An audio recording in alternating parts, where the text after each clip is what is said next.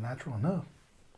Hi everyone, I'm Alex. I'm David. And we're here to talk about whatever it is that we're going to talk about, but we want to give y'all something to watch. David?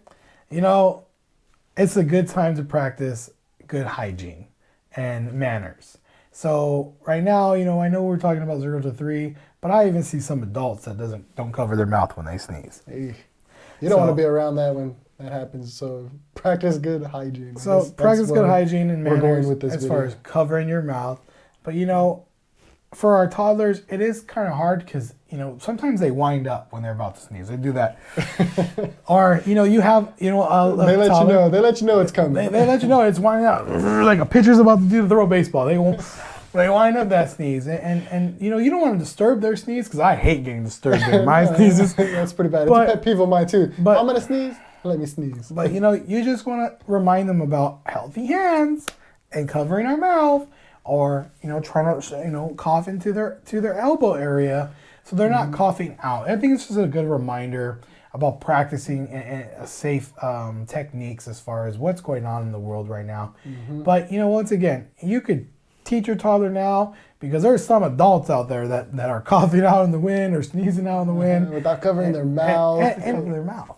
So I think this is a perfect tool. It is part of the manners and it's part of the safety thing now.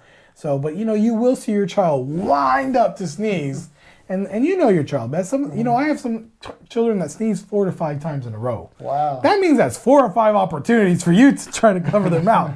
So and let's just be going over like covering mouth, cover face. Just have the same term for it, so that way your child will know when you see them winding up, cover your face, and between them actually sneezing, they can actually throw their hand up in their face, so that way they can cover that sneeze or cough. Because once that's out in the world, there's no bringing it back in. You can't just wipe that stuff back in, And for a lot of our toddlers and infants, when they sneeze, there's always something extra that's always going to come out. And this is a great opportunity after they sneeze into their hands, is you can go to the restroom and practice washing our hands. Ooh, washing hands is a big deal. I mean, when your infants or toddlers do start to go to daycare or preschool, they're going to get sick a lot. But at least you can teach them how to wash their hands to prevent spreading some of those germs. That's right.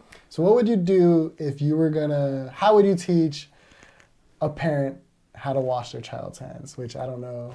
I mean, it's important to learn how to do that. I mean, it's pretty common sense, but we've seen a lot of stuff that we would think is common sense, and it's not very common. Well, one of the great things you can do is anytime you sing or you put any type of melody in a routine, the children tend to want to participate. Okay. So one of the things that I like to tell my parents is, okay, let's go wash our hands. And I sort of teach them the song that I use in my head to help me count down those 20 seconds that I'm trying to get to utilize the soap and water. And I've heard about that. I mean, I'm pretty sure a lot of people have, like when you're washing your hands. I mean, I think the song is Sing Happy Birthday, and from beginning to end. Happy Birthday is a good one. I tend to just try to make up my own flow of songs. I gotta hear this. What is your washing your hands song? And it's simple. You turn the water on, you get the soap, you put some soap in the palm of your hands, you get some water in it, and you start singing, "This is the way we wash our hands, wash our hands, wash our hands." Okay. And you repeat it 3 or 4 times with water and soap. And you can even get fun with it. You can go a high tone. This is the way we wash our hands. And I can picture you doing this with the toddlers that you work with. I mean, this is a great tool. And I don't just do this just with my toddlers. When I go home, I wash my hands like that too. Really? We don't shut that off, especially in the time we're living in now. Wait, so even like right now, like if you were to go wash your hands, you're going to sing that song? Oh, I go into my heavy metal. It goes, "This is the way we wash our hands, wash our hands." Is that after like you're working on your car, so you have to do the heavy metal? No, this is like if I sneeze or if I touch a door handle, I go, "Oh, I got to wash my hands again." So it's for myself as an early interventionist, I don't turn it off. And I think for me, that's why a lot of my parents love my services, because it's 100% me. Yeah. I preach a lot of different techniques and I try to apply the same ones. That's good. So it helps me continue to keep sort of my edge on what we do, because I know every case is different.